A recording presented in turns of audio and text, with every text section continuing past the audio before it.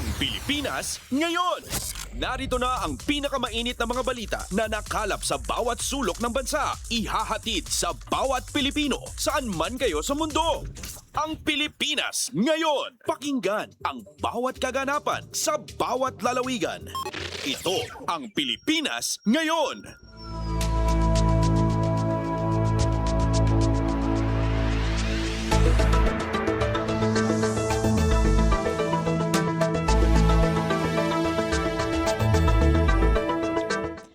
Magandang araw po sa ating mga tagapakinig. Welcome po ulit sa ating programang Ang Pilipinas Ngayon.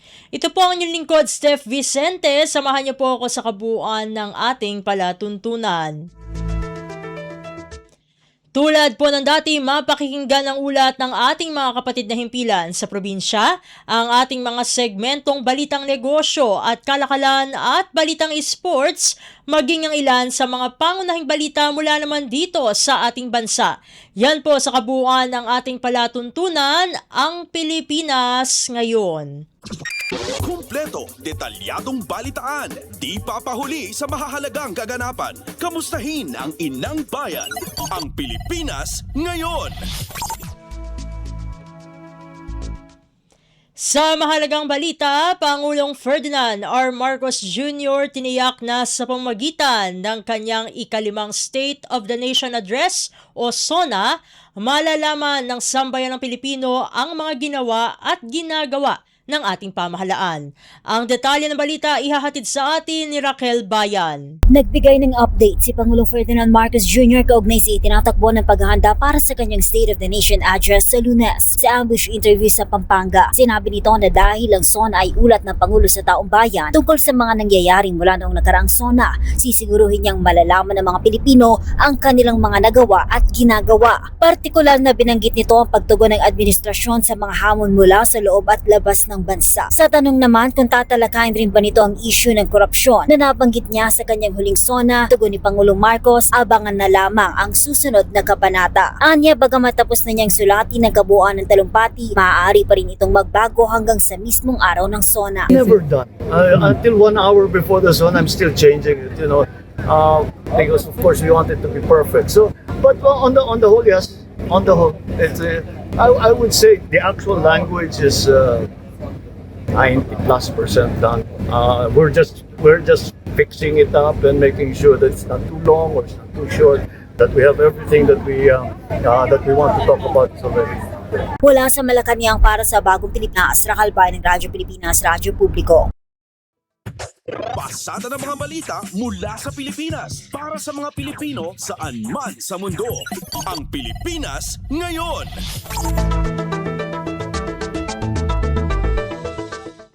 Samantala, National Capital Region Police Office o NCRPO, kumpiyansang ligtas ang seguridad sa State of the Nation Address o SONA ni Pangulong Ferdinand R. Marcos Jr. Ang kabuang ulat ihahatid naman sa atin ni Ray Ferrer. Kampante ang National Capital Region Police Office na magiging maayos at payapa ang State of the Nation Address ni Pangulong Ferdinand R. Marcos Jr. sa Lunes. Ayon kay NCRPO Director Police Major General Anthony Abirin, walang nakitang bantal sa seguridad ang NCRPO matapos ang isinagawang inspeksyon at walkthrough sa kahabaan ng Commonwealth Avenue hanggang sa labas ng batasang pambansa ngayong umaga. Sinabi ni Abirin na nakahanda na ang kanilang seguridad para sa ikalimang SONA ng Pangulong Marcos Jr. Kaugnay nito, nanawagan si Abirin sa mga grupong ng magsasagawa ng rally na sumunod sa mga napagkasunduang panuntunan upang maiwasan ang kaguluhan at posibleng pag-aresto. Sinabi rin na opisyal na all systems go na ang NCRPO at nagsimula na ang deployment ng mga tauhan ng PNP hindi lamang sa Quezon City kundi maging sa Maynila. Para sa Bagong Pilipinas, Ray Ferrer,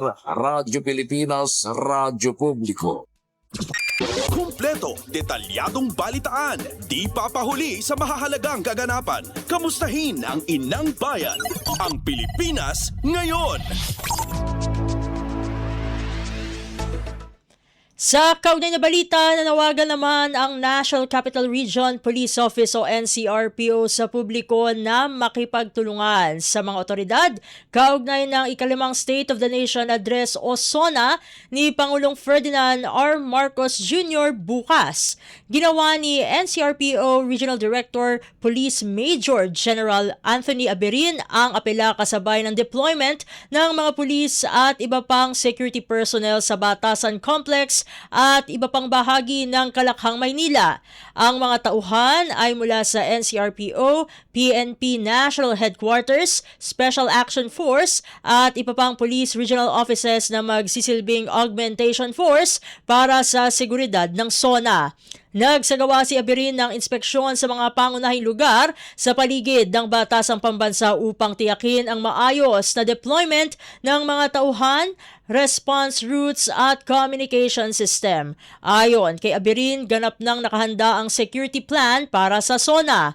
Inatasan din niya ang lahat ng pulis na pairalin ang disiplina, paggalang sa karapatang pantao at maximum tolerance sa pagtupad ng kanilang tungkulin. Pinayuhan ng NCRPO ang publiko na sundin ang mga ipatutupad na traffic advisory at agad na iulat sa pinakamalapit na himpilan ng pulisya ang anumang kahina-hinalang aktibidad.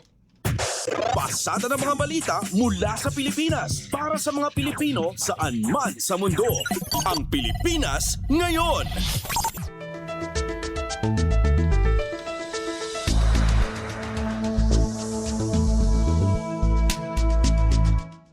Samantala, Cybercrime Investigation and Coordinating Center o CICC nakaalerto laban sa fake news bago ang ikalimang State of the Nation Address o SONA ni Pangulong Ferdinand R. Marcos Jr. Balikan natin si Ray Ferrer para sa kabuuan ng naturang ulat. Mahigpit na babantayan ng Cybercrime Investigation and Coordinating Center ang social media bago ang ikalimang State of the Nation Address o SONA ni Pangulong Ferdinand R. Marcos Jr. sa Lunes. Layunin nitong mapigilan ang pagkalat ng maling impormasyon at disinformation na maaaring magdulot ng kaguluhan. Inatasan ni CICC Undersecretary Aboy Paraiso ang Threat Monitoring Center at Cybercrime Response Center na bantayan ang posibleng cyber attacks at coordinated online attacks. Ayon kay Paraiso, may karapatan ng bawat Pilipino na magpahayag ng opinyon, ngunit dapat itong nakabatay sa tamang impormasyon. Anya layunin ng CICC na mapanatiling ligtas, maayos at responsable ang usapan ng publiko tungkol sa SONA. Hinikayat ng CICC ang publiko na iulat ang hinihinalang fake news at mapanlinlang na online content sa Hotline 1326. Para sa Bagong Pilipinas, Ray Ferrer, Radyo Pilipinas, Radyo Publiko. Pasada ng mga balita mula sa Pilipinas para sa mga Pilipino saan man sa mundo. Ang Pilipinas ngayon. Sa iba pang mga balita, kalahati ng LEDAC priority bills na ipasa na ng Kamara. Ang detalye ng balita ihahatid sa atin ni Melanie Valdos Reyes. Pinatutunayan ng Kamara ang buong suporta at commitment nito sa mga reforma ng Administrasyong Marcos Jr. matapos maipasa ang kalahati sa mga sertipikadong panukalang batas ng Legislative Executive Development Advisory Council sa first regular session ng 20th Congress. Sa isang video statement, ipinagmalaki ni House Speaker Faustino Boji III na naaprubahan na ng mababang kapulungan ang 26 sa 52 LEDAC priority measures. Kabilang dito ang 15 sa 21 na panukalang batas na tinarget na maipasa bago matapos ang June 2026. Kabilang dito ang Right to Information Act, Anti-Political Dynasty Act, mga reforma sa Bank Deposit Secrecy Law, batas para sa pagpapaliban ng BARM elections. Muling tiniyak ng Speaker na hindi hihinto ang Kamara at patuloy na magtatrabaho upang maipasa ang mga natitirang LEDAC bills. Narito ang pahayag ni House Speaker Faustino Boji III. Ipinakikita lamang nito na seryoso po ang Kamara sa pagpapatupad ng legislative agenda ng administrasyon. Pero tuloy pa rin po ang trabaho. Hindi po tayo magpapahinga dahil marami po tayong kailangang tapusin. At porsigido po ang House na maipasa rin ang mga natitirang LEDAC priority measures. Para sa Bagong Pilipinas, Melanie Valdos Reyes, Radyo Pilipinas, Radyo Publiko. kumpleto, detalyadong balitaan. Di papahuli sa mahahalagang kaganapan. Kamustahin ang inang bayan, ang Pilipinas ngayon.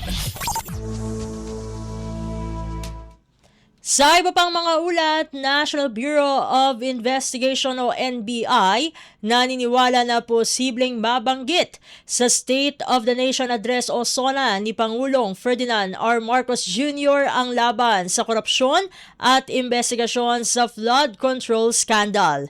Ang kabuuan ihahatid naman sa atin ni Luisa Erispe. Naniniwala ang National Bureau of Investigation na maraming tagumpay ang administrasyon ni Pangulong Ferdinand R. Marcos Jr. na mababanggit sa ikalimang State of the Nation Address at makakasama naman rito ang pagpuksa ng korupsyon sa bansa at pagpapanagot sa mga nasa likod ng flood control scandal. Sa isang panayam kay NBI Director Melvin Matibag, git niya, kita naman na talagang seryoso ang Pangulo sa pagpuksa ng korupsyon at patunay nito ay ang sunod-sunod na pagpapakulong sa mga sangkot sa flood control. Git pa nga ni Matibag, hindi namimili ang Pangulo, kaalyado man o hindi, sa papanagutin. Hinalimbawa pa nga nito si dating DPWH Secretary Manuel Bonoan na bagamat mismong kalihim umano ng administrasyon ay nakakulong na ngayon. Hanggang sa ngayon naman, tuloy-tuloy pa rin ang investigasyon ng NBI sa flood control scandal at tinitiyak ng ahensya na lahat ay nakabase sa ebidensya. It's happening now as we speak, tuloy-tuloy. We have a task force investigating the flood control issues. Lahat po yan. And again, I have to say this, na ginagawa natin yung investigasyon na ayon sa ebidensya. So kung meron po kayong reklamo, padala po sa amin, investigahan po namin. Para sa Bagong Pilipinas, Luisa Erispe, Radyo Pilipinas, Radyo Publiko. Pasada ng mga balita mula sa Pilipinas para sa mga Pilipino saan man sa mundo. Ang Pilipinas ngayon.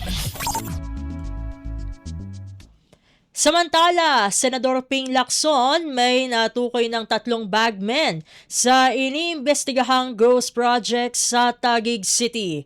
Ang detalye ng balita ihahatid naman sa atin ni Nympha Asuncion. Binahagi ni Senador Ping Lacson na umabot na sa hindi bababa sa 3 ang natukoy ng ganyang grupo ng mga bagman kaugnay ng iniimbestigahang infrastructure project sa Taguig City. Sa isang panayam, sinabi ni Lacson na lumalawak na ang kanilang investigasyon sa mga proyekto sa lungsod na kilalang baluarte ni Senate Minority Leader Alan Peter Cayetano. Ayon sa Senador, una niyang inakala na iisa lang ang bagman pero sa pagpapatuloy ng kanilang pangangalap na impormasyon ay nadagdagan ito. Gayunman, tumanggi na si Lacson na pangalanan ng mga sinasabing bagmen at hindi rin niya isiniwalat ang kanilang sinasabing papel sa mga proyekto. Ibinunyag din ni Lacson na may ilang individual na kusang lumapit sa kanyang kampo para magbigay ng impormasyon matapos niyang ilantad ang umano'y irregularidad sa mga proyekto sa Taguig. Anya, patuloy pa rin sinusuri at bineberipika ng kanyang grupo ang mga natanggap na impormasyon. Sinabi rin ni Lacson na pinag-aaralan niyang direktang isumite sa Office of the Ombudsman ang mga ebidensyang kanilang makakalap sa halip na idaan muna sa Senate Blue Ribbon Committee dahil naniniwala siyang mas mapapabilis ang proseso ng investigasyon. Samantala, una ng mariing itinanggi ni Cayetano ang mga paratang na may ghost project sa Taguig at hinamon si Lacson na maglabas ng matibay na ebidensya para patunayan ang kanyang aligasyon. Mula Senado para sa Bagong Pilipinas, Nympha Asuncion, Radyo Pilipinas, Radyo Publiko. Pasada ng mga balita mula sa Pilipinas para sa mga Pilipino saan man sa mundo.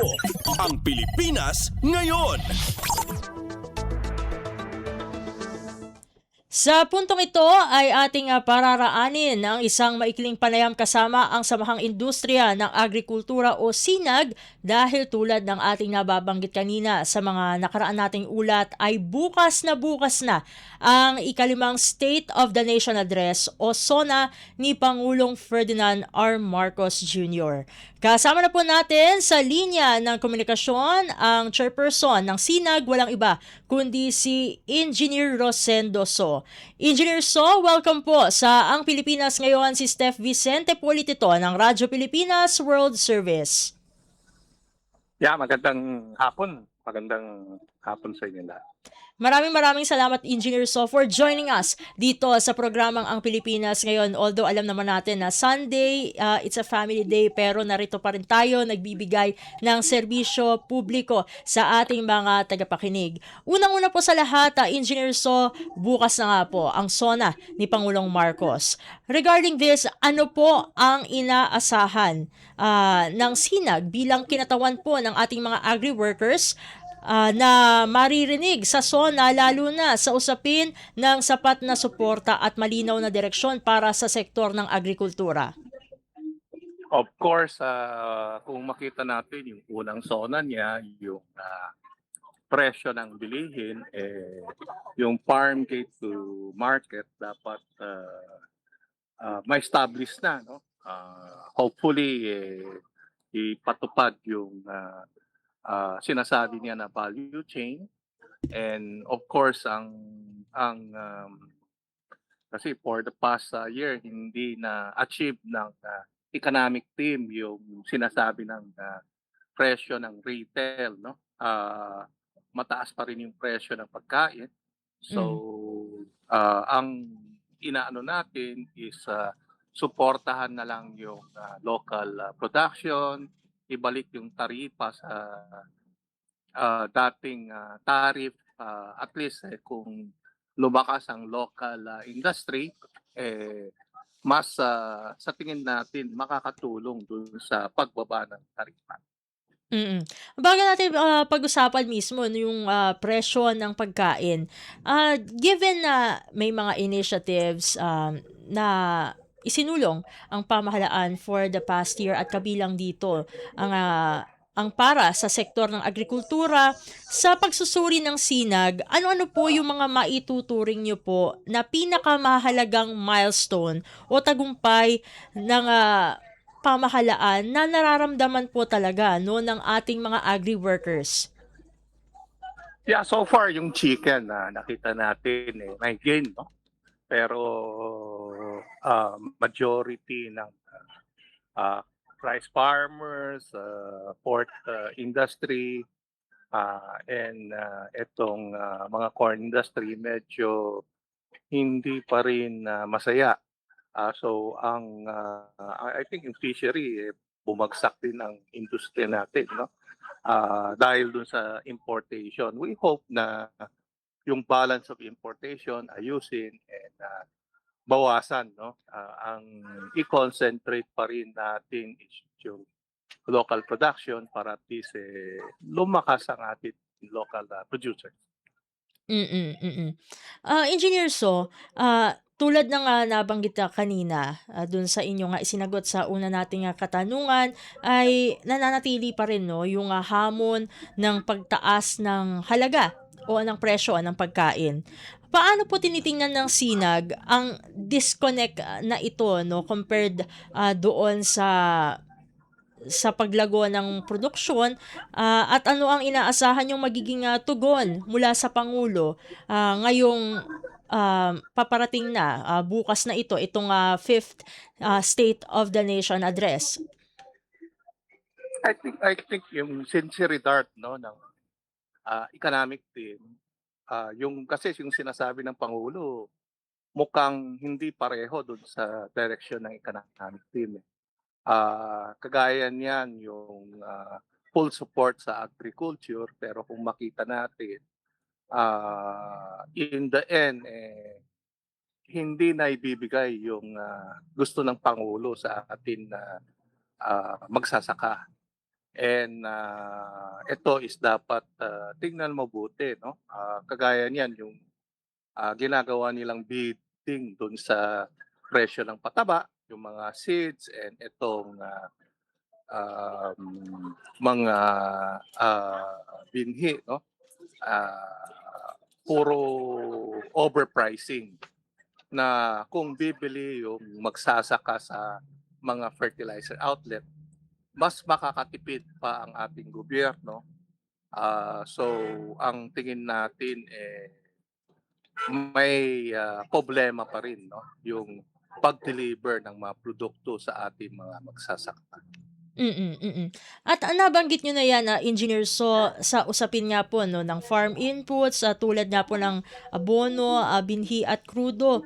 At yun nga, patuloy ang pagtaas ng gastusin ng ating mga magsasaka. So ano po ang nais nyong marinig na konkretong plano mula sa Pangulo upang matugunan po ang usaping ito? Yeah, ang problema kasi na babanggit ng Pangulo is yung suporta, no?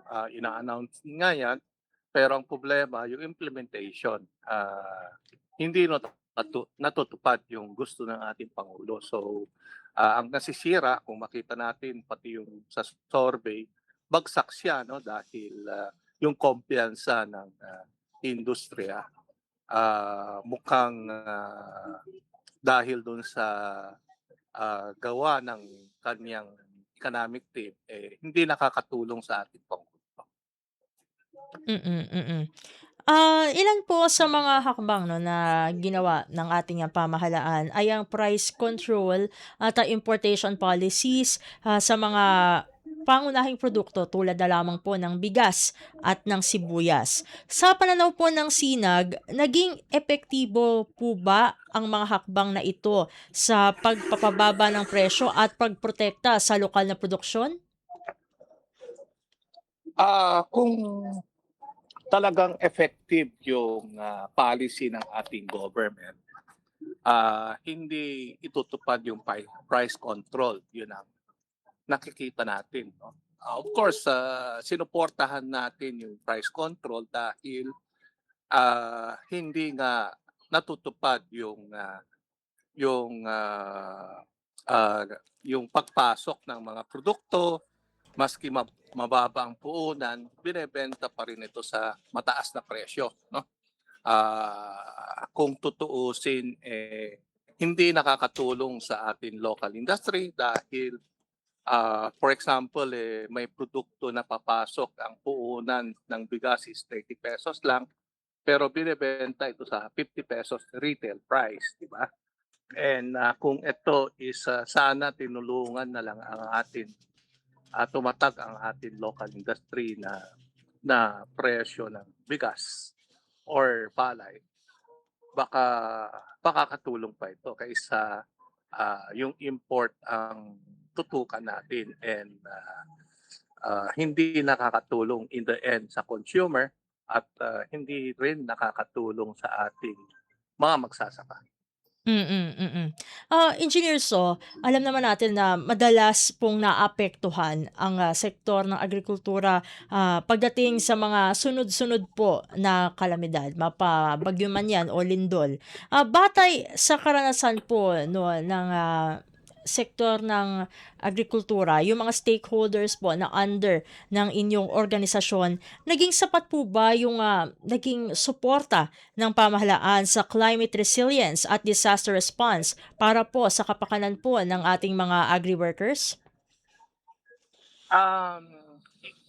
Inuulit natin, no? Yung gusto ng ating Pangulo is ina-announce palagi sa mga farmers na ito ang darating na tulong, pero ang problema is hindi nakakarating, no?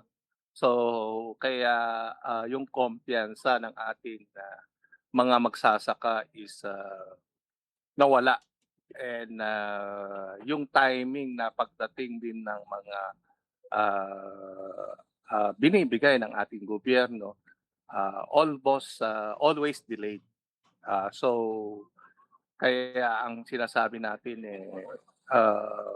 hindi effective ang nangyari, no? Dapat ang gawin na lang is magbigay ng coupon sa ating mga magsasaka, bumili sila sa authorized outlet at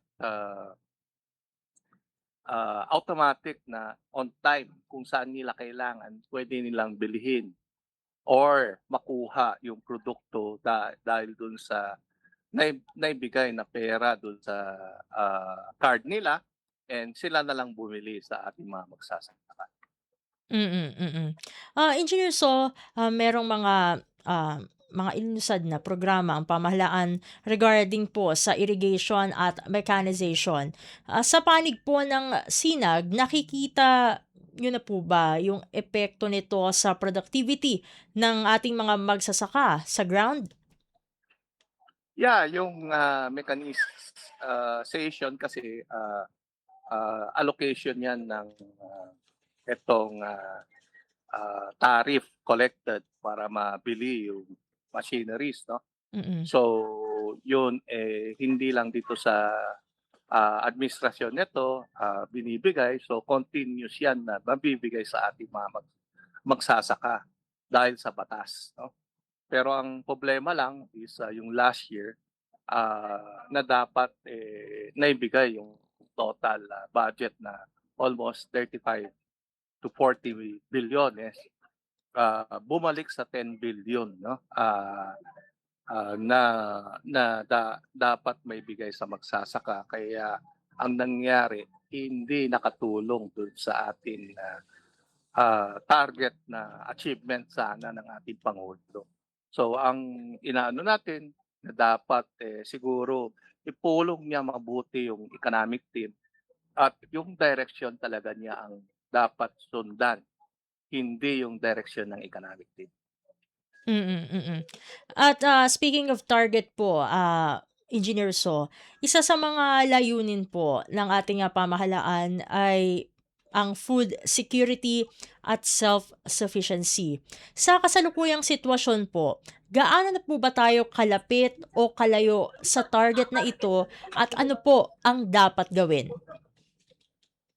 Yeah, kung itanong mo sa akin 4 years ago, ang food security natin sa rice siguro nasa 90%.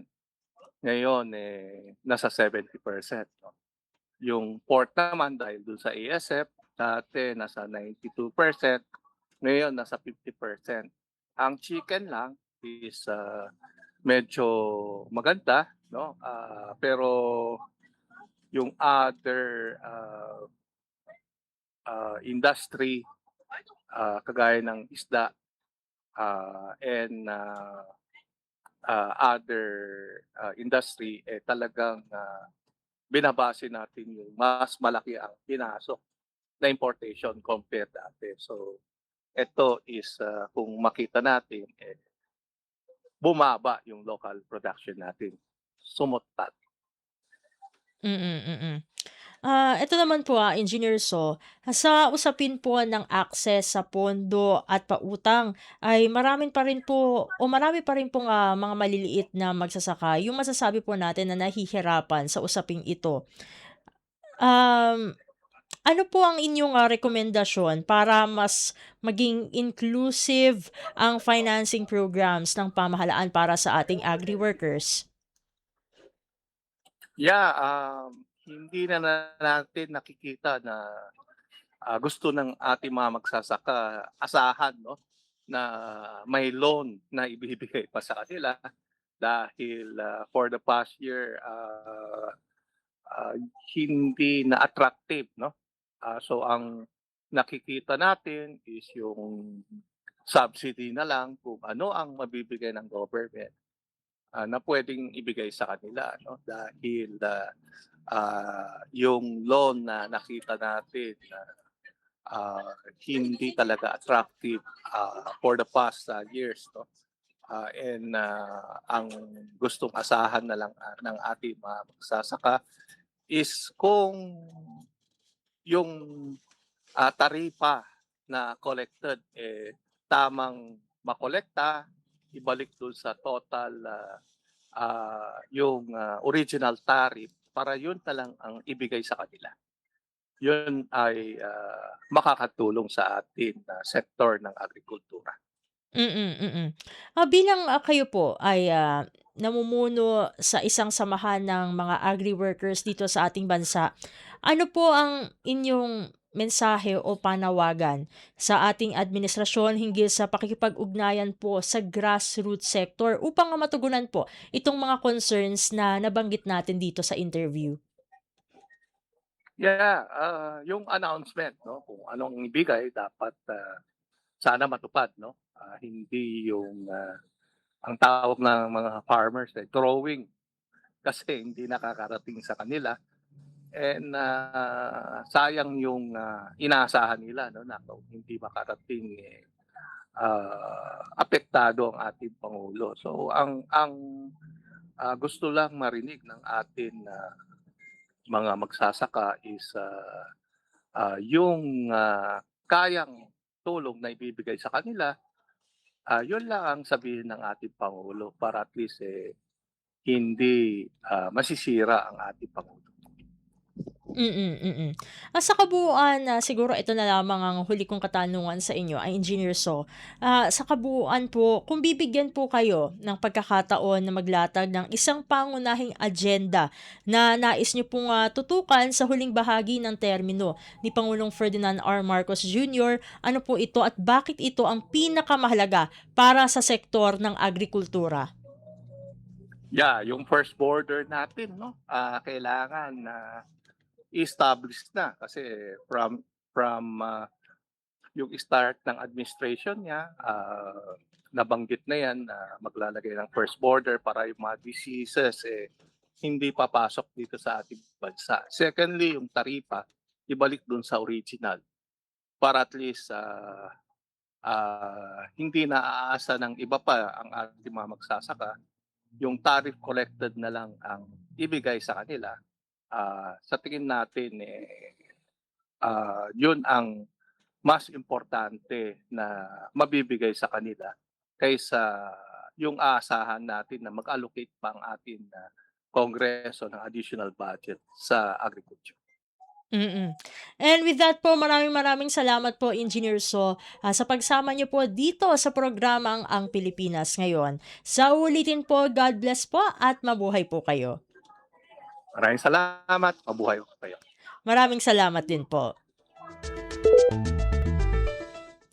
At atin nakasama sa edisyong ito ng Ang Pilipinas Ngayon ang chairperson ng Samahang Industriya ng Agrikultura o SINAG, walang iba kundi si Engineer Rosendo So. Ipagpapatuloy na natin ang ating balitaan. Task Force Cash Cow binuo ng National Bureau of Investigation o NBI para imbestigahan ang nasa 6.7 bilyong pisong pondong ipinasok ng gobyerno sa FISGOC. Balikan natin si Luisa Erispe para sa kabuuang ulat.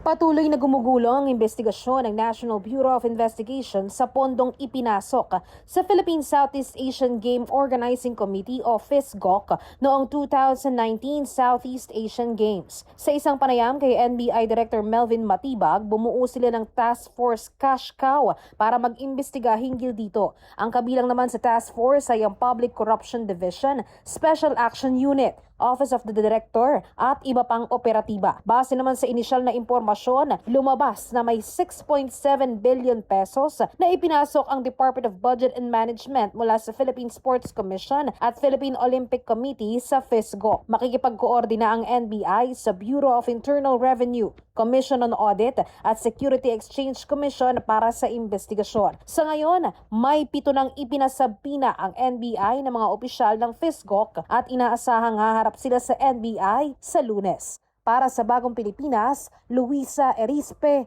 Radyo Pilipinas, Radyo Publiko. Pasada ng mga balita mula sa Pilipinas para sa mga Pilipino saan man sa mundo. Ang Pilipinas Ngayon.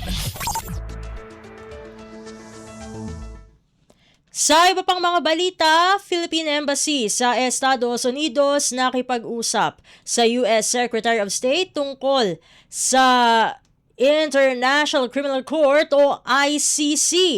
Ang detalye ng balita ihahatid sa atin ni Alvin Baltazar. Ipinahayag ni Palace Press Officer Undersecretary Claire Castro na nagkaroon ng pakikipag-usap si Philippine Ambassador to the United States Jose Romualdez sa US Secretary of State na dito ay napag-usapan niya ang patungkol sa ICC. Sinabi ni Castro na nabanggit ni Ambassador Romualdez sa kanilang pag-usap na isang sensitibong bagay ang patungkol sa ICC at sa Pilipinas. Pati niya ang residual obligation ng bansa at pakikipag-ugnayan nito sa Interpol ay nabanggit ni Romualdez sa kanyang pakikipag-usap sa US Secretary of State. Nauunawa naman niya ang sinasabing sensitibong bagay na kinakaharap ng bansa lalo't may mga nakabimbing kaso sa ICC na kung saan ang mga akusado o respondents ay mga Pilipino at mga dati at kasalukuyang opisyal ng pamahalaan. Pakinggan natin si Palace Press Officer Yusek Claire Castro. Binanggit niya po na ang issue patungkol sa ICC at ng Pilipinas ay isang sensitibong bagay. At binanggit din po niya ang residual obligation ng Pilipinas, pati po ang pakikipag-cooperate sa Interpol. Mula sa Palasyo ng Malacanang para sa Bagong Pilipinas, Alvin Baltasar, Radyo Pilipinas, Radyo Publiko. Kumpleto, detalyadong balitaan, di papahuli sa mahahalagang kaganapan. Kamustahin ang inang bayan, ang Pilipinas ngayon. Samantala, Pilipinas at European Union o EU patatatagin pa ang ugnayan sa naging pagbisita sa bansa ni European Commission Vice President Kaja Kallas. Ang kabangulat ihahatid naman sa atin ni EJ Lazaro. Mas lalo pa pinag-ibahin ng Pilipinas at European Union ang kanilang ugnayan matapos muling bumisita sa Manila si European Union High Representative for Foreign Affairs at European Commission Vice President Kaja Kallas. Naipagpulong si Foreign Affairs Secretary Maria Teresa P. Lazaro kay Kallas bago ang pagunita sa ika-50 anibersaryo ng Treaty of Amity and Cooperation o TAC sa Southeast Asia. Dito ay tinalakay ng dalawang opisyal ang Joint Statement on the Enhanced Partnership na magsisilbing bagong balangkas para palawakin ang kooperasyon ng Pilipinas at EU sa iba't ibang larangan. Nagpalitan din ang mga ito ng pananaw tungkol sa mga usaping panrehiyon at pandaigdig, kabilang ang paghahanda para sa ASEAN-EU Commemorative Summit sa 2027, ang digmaan sa Ukraine, patuloy na suporta ng EU sa 2016 Arbitral Award ng Pilipinas at iba pang isyong may kinalaman sa kapayapaan at seguridad. Dumalo rin si Kallas sa pagunita ng ika-50 anibersaryo ng TAC kung saan kabilang ang European Union bilang high contracting party mula pa noong 2012 bilang bahagi ng patuloy na pagpapalalim ng ugnayan nito sa ASEAN at sa Pilipinas. Para sa Bagong Pilipinas, ito si EJ Lazaro, Radyo Pilipinas, Radyo Publiko. Pasada ng mga balita mula sa Pilipinas para sa mga Pilipino saan man sa mundo. Ang Pilipinas ngayon. Sa iba pang mga balita, kawalan ng tiwala ng mga Pilipino sa China, bunga ng kanilang mga marahas at mapang-udyok na hakbang. Yan ay ayon sa Armed Forces of the Philippines o AFP. Ang detalye, ihahatid naman sa atin ni J. Mark Dagala. Kaisa ng sambayan ng Pilipinong Armed Forces of the Philippines sa pagtatakwil ng mga iligal, marahas at mapanlinlang na hakbang ng China sa teritoryo at maritime domain ng Pilipinas. Ito ang tugon ng AFP makaraang ilabas ang Okta, ang pinakabagong tugon ng masa survey na nagsasabing 64% ng mga Pilipino ang hindi nagtitiwala sa China. Ayon kay AFP spokesperson for the West Philippine Sea, retired Rear Admiral Roy Vincent Trinidad, nangangahulugan nito na batid pa rin ng mga Pilipino ang peligrong isinusuong ng bawat sundalo para harapin ang pangigipit ng PLA Navy, China Coast Guard at militia vessels. Ito anya ang bunga ng kanilang iligal, marahas at mapanlinlang ng mga taktika na siyang nagpapatatag naman sa suporta ng mga Pilipino sa AFP na tumututok sa mandato na ipagtanggol ng bansa. Dahil dito magsisilbing inspirasyon ito ng AFP upang ipagtanggol ng soberanya, tiyakin ligtas mangingisda at hindi pa sisiil sa mga nagtatangkang manakop sa bansa. Para sa Bagong Pilipinas, si Martigala, Radyo Pilipinas, Radyo Publiko. Kumpleto, detalyadong balitaan, di papahuli sa mahahalagang kaganapan. Kamustahin ang inang bayan, ang Pilipinas ngayon. Samantala, Commission on Elections o COMELEC nagpaalala sa publiko kaugnay sa mga hindi otorisadong alok na serbisyo online. Ang kabangulat ihahatid naman sa atin ni DK Zarate. Hinimok ng Komisyon ng Eleksyon ang publiko na huwag tangkiligin ang mga inaalok na serbisyo online lalo na kung may bayad. Ginawa ang payag matapos maispatan ng COMELEC ang isang Facebook account na may pangalang May Santa Ana kung saan nag-aalok ito ng assistance sa pagproseso ng overseas voter certification sa halagang 1,800 pesos. Ayon sa poll body, hindi otorisado at hindi konektado sa COMELEC ang nabanggit na pangalan. Paglilinaw ng COMELEC, libre ang pagkuha ng voter certification para sa lahat ng rehistradong botante, mapa-local man o overseas. Mula sa lungsod ng Maynila para sa Bagong Pilipinas, DK Zarate, Radyo Pilipinas, Radyo Publiko. Pasada ng mga balita mula sa Pilipinas para sa mga Pilipino saan man sa mundo. Ang Pilipinas ngayon. Sa iba pang mga balita, epekto ng food waste sa kalikasan binigyang diin ng National Nutrition Council o NNC. Ang detalye ihahatid naman sa atin ni Jared Moreno ng Radyo Magazine. Binigyan din ng National Nutrition Council o NNC ang ugnayan ng wastong nutrisyon at pangangalaga sa kalikasan na siyang tema ng Nutrition Month ngayong taon. Ayon sa ahensya, nakakaapekto sa kalikasan ang paraan natin ng pagkonsumo ng pagkain. Isa na rito ang food waste. Batay sa datos ng NNC, mahigit 2,000 tonelada ng food waste ang nakokolekta sa Metro Manila. Kapag nabubulok ang mga ito, naglalabas ito ng methane, isang greenhouse gas na mas nakadaragdag sa climate change at nagdudulot ng pinsala sa kapaligiran. Upang mabawasan ang epekto nito, sinabi ni Ms. Queenie Kyle Waperekuba ng NNC na makatutulong ang responsableng pagkonsumo ng pagkain, kabilang ang pag-iwas sa food waste at pagpili ng mas maraming gulay upang mapababa ang greenhouse gas emissions. Dahil kapag sustainable ang ating food items at hindi lang puro karne, puro fast food, ganyan, mas nami-make sure natin na bukod sa mas holistic din yung nutrisyon na nabibigay mo dun sa anak ninyo, nakakatulong pa kayo sa kalikasan dahil mas hindi mataas ang gas emission. Mula Radyo Magazine, para sa Bagong Pilipinas, ito si Jared Moreno, Radyo Pilipinas, Radyo Publiko. Kumpleto, detalyadong balitaan, di papahuli sa mahahalagang kaganapan. Kamustahin ang inang bayan, ang Pilipinas ngayon. Samantala, sining na walang hadlang art exhibit isinagawa sa Hospicio de San Jose. Narito si Quincy Kahilig para sa balita.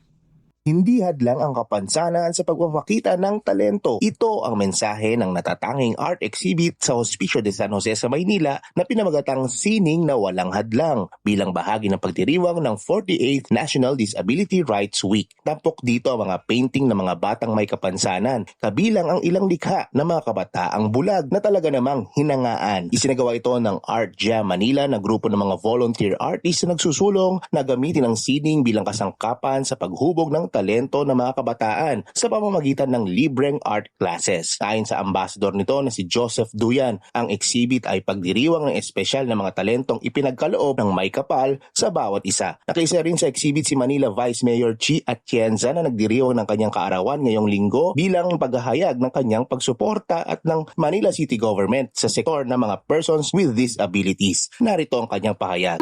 It's a personal advocacy of mine to actually help the sector na PWD. At nung lumapit sa opisina natin ng Art Jam at sinabi nila nagturo sila sa ating mga kapatid na may kapansanan na magtinta, sinabi ko sa kanila, I'll be there to support it because you see, it's really sad, nakakalungkot na may kapansanan na sila. So the more kailangan maalalayan sila ng gobyerno. But together with my mayor, maraming mga programa ang ating alkalde na nakatuon sa sektor na ito. Para sa mga nais sumali sa Art Jam Manila, magtungo lamang sa kanilang Facebook page para sa mga detalye. Para sa Bagong Pilipinas, Quincy Kahilig, Radyo Pilipinas, Radyo Publiko.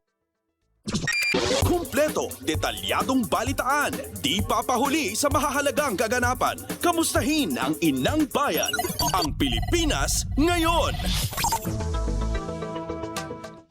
At iyan ang mga mainit na balita para sa araw na ito. Samantala, ating antabayanan ang mga ulat mula sa ating mga kapatid na himpilan sa probinsya para sa bugso ng ating mga regional news. Balita mula sa lalawigan sa bawat rehiyon ng ating bayan. Dito sa Ang Pilipinas Ngayon. Narito ng bugso ng ating mga regional news. Dadako muna tayo sa rehiyon ng Luzon. Department of Agriculture o DA Region 2, sinimulan na ang pamahagi ng mga interbensyon para matulungan ang mga magsasaka sa epekto ng El Nino. Ang kabuang ulat ihahatid sa atin ni Dina Villacampa mula sa Tuguegarao. Pinagafanan nga na DA Region Field Office 2 ipangyawa at phone tami na kosetsa ira tapeno mazanan izigada ta epekto na El Nino. Napagafanan nga na ipangyawa ta solar powered irrigation pump ta kuruga na apektaran irang lugar lalo yari aranita danom tapeno ika ipangapat ta irigasyon. Ikakurugan na nakaalawang na ikagayan ng 120 units na irrigation pump, 130 units nga pa ta Isabela. De pagkafanan ka pa nga na ipangyawa to drought resistant nga irang nga mula kita na lufok nga mangi sa Bolyas Manisa niya Andre Ube nga ari kuramawak idanum. Nakaschedule ka pa nga na ipangiganwada ta cloud seeding tapeno mga ipauran ta watershed ira nga panta padanum. Yaw, iguyo na DA tapeno masiguro laman na tuloy-tuloy ipamula na minakusay ira tapeno masiguro ka pa. Iiga ibastante nga makan pa na shot tam. Ito di balita nagafuta syudad na tugig Garawiyaw, si Dina Tudawili Campa, Radyo Pilipinas, World Service. Balita mula sa lalawigan sa bawat rehiyon ng ating bayan. Dito sa Ang Pilipinas Ngayon. Inyong napakinggan ang ulat ni Dina Villacampa mula sa Tugigaraw. Puntahan naman natin ang Baguio City. Benguet Electric Cooperative hinihikayat ang mga member consumer nito na gumamit ng solar system upang makatipid sa kuryente. Ang kabang ulat ihahatid naman sa atin ni Joseph Cabanas. Al-alukuyan ti Benguet Electric Cooperative dagiti residente ti syudad ti Baguio ken probinsya ti Benguet nga agaramat iti solar power babaan iti net metering tapno mapagnumaran dagitoy ti maimimped a konsumo ti kuryente. Sigun kinni Beneco General Manager Melchor Licuben, supsuportaran da ti panagaramat ti renewable energy tapno mapababa ti panangdependar iti kuryente manipod kadagiti power producers. Kagaddan mutlaang na ito'y ti programa ti gobyerno babaan iti government service insurance system kan social security system anang lukat iti loan facility para iti solar energy program. Nupay kasta binalakadan na dagiti ag-set up iti solar power a kumonsulta dagitoy iti opisina da para iti technical ken legal a rekisito iti panakaikonekta iti power grid. Inlawlawag na ati solar installation nga addaan kapasidad a 100 kilowatts nga agpangato kat kasapulan a mairehistro sakbay a maikonektar da iti grid. Ti saan a nasaya at a koneksyon kat posible a mangitunda iti didigra kas iti short circuit nga agresulta iti uram. Damag manipo ditoy syudad iti Baguio. Siyak ni Joseph Cabanas para iti Radyo Pilipinas World Service. Balita mula sa lalawigan sa bawat rehiyon ng ating bayan. Dito sa Ang Pilipinas Ngayon. Inyong napakinggan ang ulat ni Joseph Cabanas mula sa Baguio City. Puntahan naman natin ang VERAC, mga kooperatiba sa lalawigan ng Catanduanes, sinanay sa paggawa ng value-added products mula sa Abaca. Narito si Rosie Nieva para sa balita. Nagpartisiparan mga representante kan manlain-lain na kooperatiba sa Catanduanes sa Abaca Bakbak Sleeper and Winemaking Training na obhetong mapakarahay ang sa indang kakayahan sa paggibo ng mga produktong may dagdag na kantidad gikan sa Abaca arog kan tsinelas asin lubid. Sigon sa Catanduanes Provincial Information Office, parte ni kan padago sa programa kan provincial government nganing pakusugo ng industriya nin Abaca sa paagi kan value-added production, pagkrear nin mas dakol na oportunidad sa kabuhayan asin pagpapahewas kan merkado para sa mga lokal na produkto. Kabali man sa mga plano ang pagsusupply ng mga lokal na gibong tsinelas gikan sa Abaca sa mga hotel, resort asin iba pang accommodation establishment sa probinsya nganing maipabisto ang mga produkto nga pigibo kan mga Katanduanon asin makakrear nin mas matatag na merkado para sa mga kooperatiba. Gikan sa RP VERAC kini si Rosie Nieva para sa Radyo Pilipinas World Service. Balita mula sa lalawigan sa bawat rehiyon ng ating bayan. Dito sa Ang Pilipinas Ngayon. Inyong napakinggan ang ulat ni Rosie Nieva mula sa VERAC. Dadako na tayo sa rehiyon ng Kabisayaan. Walang gutom kitchen sa Cebu, nakapaglingkod na ng higit 10,000 individual. Pakinggan ang ulat ni Jessa Aguailanan mula sa Cebu. Sukad nagbukas ang ikaduhang walang gutom kitchen sa nasod nga anaa mahimutang sa dakbayan sa Subo, mukabat na sa 10,796 ka mga tawo ang napakaon niini sa pamahaw ug paniudto. Matod sa DSWD7 as of July 22, 2026, anaa sa 7,776 ang nakapamahaw samtang 3,020 ang nakapaniudto. Pasabot ni DSWD7 Regional Director Shalane Marie Lucero, walk-in ang pamaagi sa pagsilbi sa mga kliyente apan ilang giobserbar ang priority lane alang sa senior citizen, mabdos ug persons with disability. Inisyatiba usab sa Central Visayas ang pagtanyag sa kiddie meal diin ang gidaghanon sa pagkaon nga isilbi sa mga bata tukma lamang sa ilang kapasidad aron kalikayan ang pag-usik sa pagkaon. Ana ang mahimutang ang Walang Gutom Kitchen Cebu sa pier area sa Dakbayan sa Subo. Kahinumduman nga mismong si Presidente Ferdinand Marcos Jr. ang nanguna sa pagbukas sa maong pasilidad kauban si DSWD Secretary Rex Gatchalian diin ang maong pasilidad nga tubagon ang suliran sa mga nakasinati og involuntary hunger. Gikan sa RP1 Cebu sa Agua Ilanan para sa Radyo Pilipinas World Service. Ang latest, ang hottest sa showbiz and entertainment. Heto na sa Ang Pilipinas Ngayon. Inyong napakinggan ang ulat ni Jessa Agua Ilanan mula sa Cebu. Puntahan naman natin ang Iloilo, dalawang high value individuals timbog sa Bacolod City. 5.44 million pesos na shabu na samsam. Ang detalye na balita ihahatid naman sa atin ni Paul Tarosa. Duwa ka drug suspect ang nadakpan sa Bacolod City Police Office sa ginlunsar nga buy-bust operation sa Purok Mabinuligon, Barangay 35, Bacolod City. Na-recover sa operasyon ang 800 gramos ng ginapatihan shabu nga may balor 5,440,000 pesos base sa standard drug price. Nakuha man sa mga operatibang buy-bust money, motorsiklo nga may sidecar, kag iban pang ebidensya may kaangtanan sa operasyon. Nagapangatubang ang duwa ka mga sospetsado sang kaso nga paglapas sa Republic Act 9165 o kanang Comprehensive Dangerous Drugs Act of 2002. Suno sa Bacolod City Police Office ang mga dinalag-on nga operasyon kabahin sa masgin pabakod nga kampanya batok sa illegal nga droga pagi sa intelligence-driven operations agon mabungkag ang mga sindikato sang illegal nga droga. Nagikan sa RP Iloilo, ini si Paul Tarosa para sa Radyo Pilipinas World Service. Balita mula sa lalawigan sa bawat rehiyon ng ating bayan. Dito sa Ang Pilipinas Ngayon. Inyong napakinggan ang ulat ni Paul Tarosa mula sa Iloilo. Dakuin naman natin ang Mindanao.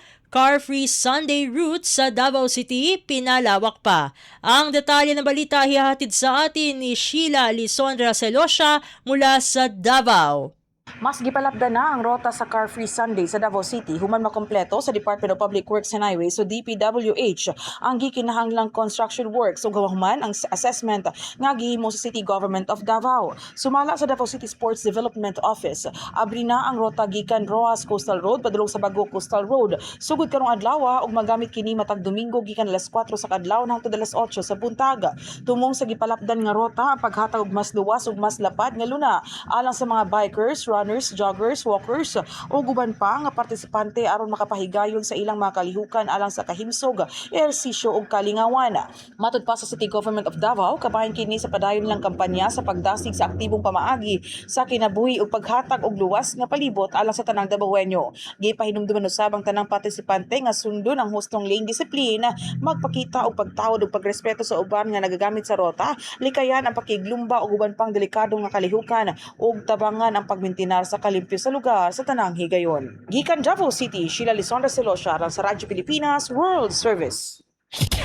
Balita mula sa lalawigan sa bawat rehiyon ng ating bayan. Dito sa Ang Pilipinas Ngayon.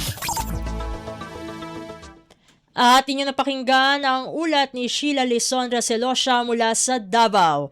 Dito na nagtatapos ang bugso ng ating mga regional news. Narito naman ang ating mga segmentong balitang negosyo at kalakalan at balitang sports na ihatid sa atin ng ating kasamang si Leo Magpayo. Lagay ng ekonomiya, kalakalan, negosyo at iba pa. Atin ang alamin dito sa Ang Pilipinas Ngayon.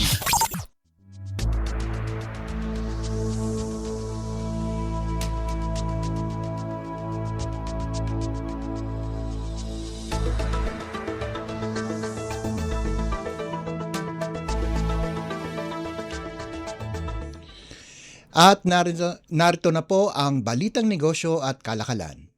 Ipinatupad na nitong Sabado, Hulyo 25 ang unang bugso ng dagdag sahod para sa mga manggagawa sa National Capital Region o NCR. Ayon sa Department of Labor and Employment o DOLE, kabuang 85 piso ang itataas sa minimum wage ng Metro Manila na hahatiin sa dalawang yugto. Sa unang tranche, 60 pesos kada araw ang madadagdag habang ang natitirang 25 pesos ay ipatutupad sa Enero 20, 2027. Tinatayang 1.1 na milyong mga minimum wage earners ang makikinabang sa aumento. Ang mga non-agricultural workers na dating kumikita ng 695 pesos kada araw ay aakyat sa 780 pesos, habang ang agricultural workers ay tataas mula 685 pesos tungo sa 743 pesos. Nagbabala ang DOLE na may kaparusahan sa mga establishmentong hindi susunod sa wage order. Gate ni Labor Secretary Francis Tolentino, ang hakbang ay tugon sa patuloy na pagtaas ng presyo ng mga bilihin. Sa huli, dagdag sahod ang hatid sa mga manggagawa ng NCR kasabay ng panawagan ng gobyerno para sa maigpit na pagpapatupad ng bagong wage order. Lagay ng ekonomiya, kalakalan, negosyo at iba pa. Atin ang alamin dito sa Ang Pilipinas Ngayon.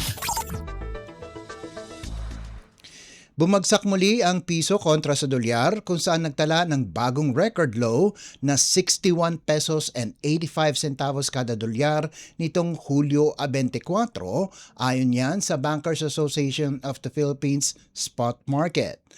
Nalampasan nito ang dating 61 pesos and 75 centavos na naitala isang araw bago dulot ng import burden, tumataas na presyo ng langis at patuloy na demand para sa safe haven na US dollar.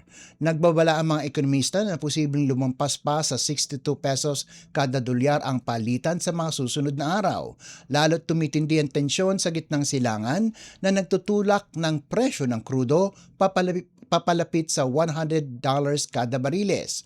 Ayon kay financial analyst Jonathan Ravelas, posibleng maglalaro ang piso sa pagitan ng 61 pesos and 90 centavos hanggang 62 pesos and 10 centavos kada dolyar sa mga darating na araw, habang patuloy nitong sinusubok ang bagong makasaysayang mababang antas.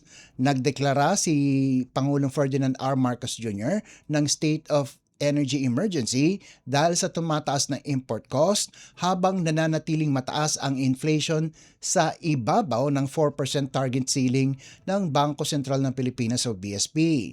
Sa kabila ng pressure, inaasa ang kikilos ang BSP upang pigilan ang magulong pagbulusok ng local currency at bawasan ang panganib ng disorderly depreciation.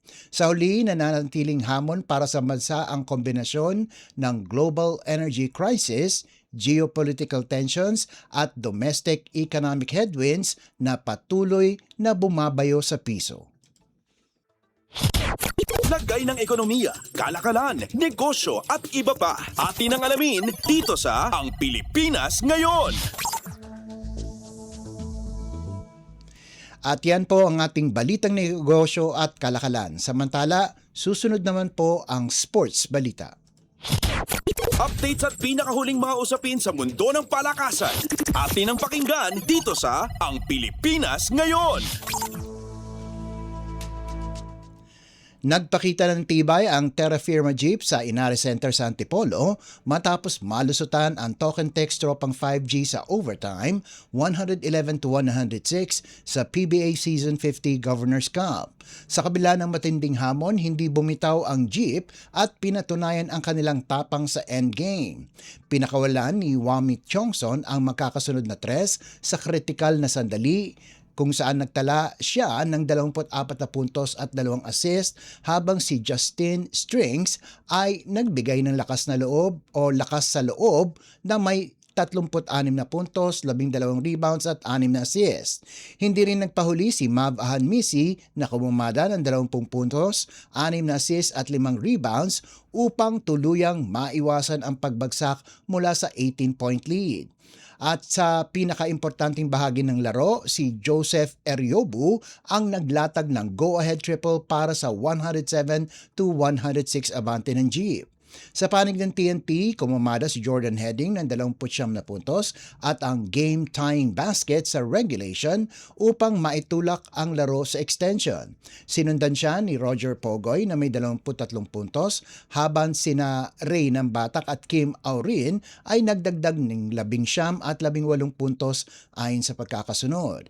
Gayunpaman, hindi kinaya ng depensa ng tropang 5G ang mainit na opensa ng Terra Firma na kumonekta ng 12 tres mula sa 26 na tira katumbas ng 46.2% shooting. Sa huli, Jeep ang nagdiwang habang TNT ay muling nabigo sa ikalawang pagkakataon sa loob ng 3 laro. Updates at pinakahuling mga usapin sa mundo ng palakasan. Atin ang pakinggan dito sa Ang Pilipinas Ngayon. At bilang pangwakas sa ating segmentong sports balita, muling nagtapos ay ika-5 pwesto ang Alas Pilipinas Men sa Jakarta International Velodrome matapos walisin ang Myanmar 28-26, 25-17 at 25-23 sa ikalawang leg ng 2026 CV Cup. Katulad ng kinalabasan sa Kandon Leg, tinalo ng mga Pinoy ang Myanmar sa classification round matapos mabigo kontra Cambodia at Indonesia sa pool phase. Matindi ang bakbakan sa unang set kung saan kinailangan ng Alas Men ng 4 na set points bago tuluyang makuha ang 1-0 abante. Si Lyric Mendoza ang naglatag ng matalim na tira para sa 27-26 edge bago magkamali sa atake si Tu Bon Miat Ayung na nagbigay ng panalo sa frame. Bitbit ang momentum, mabilis na tinapos ng mga Pinoy ang ikalawang set, 25-17, sa bisa ng 10-4 run na naglatag ng 21-13 cushion. Sa huling yugto, muntik pang makabawi ang Myanmar matapos makalapit sa 24-23 pero muling nagpakilala si Mendoza sa game-clinching kill upang isara ang kampanya ng Alas Men sa panalo. Naglista si Mendoza ng 21 puntos mula sa 19 na attacks, 1 block at 1 ace. Dinagdagan ni Louie Ramirez ng 11 puntos habang si skipper Lloyd Yosafat ay may 9 na marka kabilang ang 3 kill block sa net. Sa huli, Alas Men ay muling nagpatunay ng tapang, tinapos ang CV Cup leg sa panalo at muling nakapwesto sa ika-5. Updates at pinakahuling mga usapin sa mundo ng palakasan. Atin ang pakinggan dito sa Ang Pilipinas Ngayon. At yan ang pinakahuling balita sa larangan ng palakasan. Ito po si Leo Magpayo. Samantala, nagbabalik na po si Steph Vicente. Updates at pinakahuling mga usapin sa mundo ng palakasan. Atin ang pakinggan dito sa Ang Pilipinas Ngayon.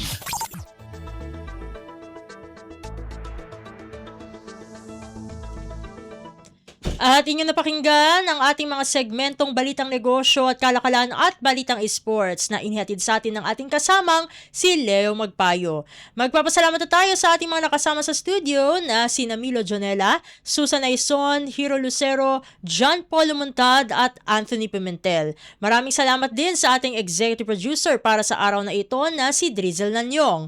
Maraming salamat po hanggang sa susunod na edisyon ng ating palatuntunang Ang Pilipinas Ngayon. Ito pong muli ang inyong lingkod, Steph Vicente. Mabuhay po tayong mga Pilipino. At yan ang Pilipinas Ngayon. Muling samahan sa parehong oras at alamin ang pinakahuling mga kaganapan at balita saan man kayo naroon. Ang Pilipinas Ngayon.